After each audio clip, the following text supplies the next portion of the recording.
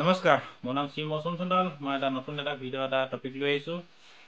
লকডাউনৰ মাজতে মই কেনেধৰণে পাৰ কৰিছোঁ আৰু স্কুল বন্ধ সকলো ঠাইতে য'তেই নেযাওঁ কিয় কিন্তু আমাৰ বিদ্যালয়বিলাক কৰোণাৰ পৰা একেবাৰে আমাৰ স্কুলবিলাক বন্ধ হৈ পৰিল আৰু এতিয়া বহুত দিন হ'ল স্কুল যোৱাই নাই। ঘৰতে আবদ্ধ হৈ আছোঁ আৰু এতিয়া লগতে আমাৰ ওচৰৰ ভাইটিসকল ভণ্টি আছে, যিবিলাক ছাত্ৰ ছাত্ৰী আছে, তেওঁলোকৰ মাজতে আমি ঘৰতে মাতি কেনে তেওঁলোকক ছবিৰ ওপৰত কিছু শিক্ষা দিবলৈ মই অকণমান চেষ্টা কৰিছোঁ আৰু কিমান দূৰ সম্ভৱ হয় মই নাজানো, কিন্তু মোৰ ফালৰ পৰা মই সদায় চেষ্টা কৰি যাম আৰু আগলৈ আগবাঢ়ি নিবৰ কাৰণে। ইয়াৰ মাজতে এইখিনিতে এটা কথা কওঁ, অনলাইন ক্লাছ কৰিবলৈ দিছে, ঠিকেই আছে। আমি অনলাইনৰ ক্লাছটো আমি সকলোৱে একচেপ্ট কৰিছোঁ, কিন্তু এনেকুৱা জেগাত ঠাই আছে বা গাঁও আছে, তাত নেটৱৰ্কেই নাপায়।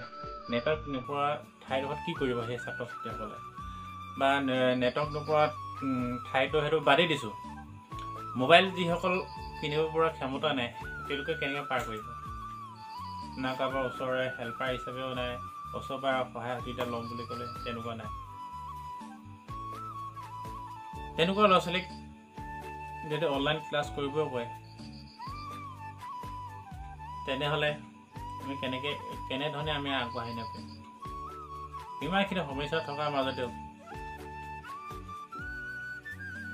কিছুমানৰ এনেকুৱা মাক দেউতাক আছে, ভাত মুঠি খাবলৈ নোহোৱা হৈ যায়।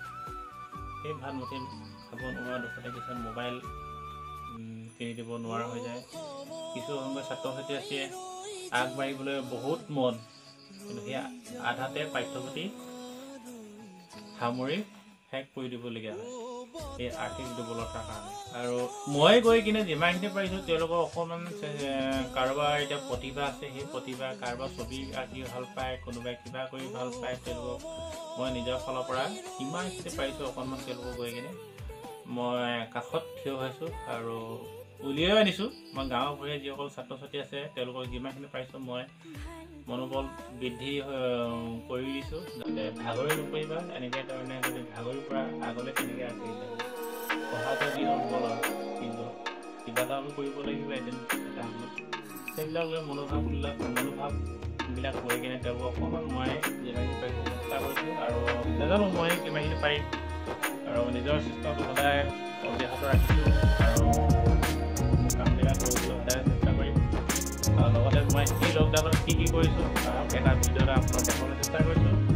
ভিডিঅ'টো যদি ভাল লাগিছে লাইক শ্বেয়াৰ কৰিবলৈ নাপাহৰিব, ছাবস্ক্ৰাইব কৰিবলৈ নাপাহৰিব। আৰু ভিডিঅ'টো ইমানেই শ্বেয়াৰ কৰক যাতে সকলো ছাত্ৰ ছাত্ৰীৰ এটা মনোবল বৃদ্ধি হওক, এটা সাহস পাওক, প্ৰেৰণা পাওক। আৰু মই কি পাৰিছোঁ নাজানো, কিন্তু মই ছাত্ৰ ছাত্ৰীসকলক দিবলৈ সদায় চেষ্টা কৰিছোঁ আৰু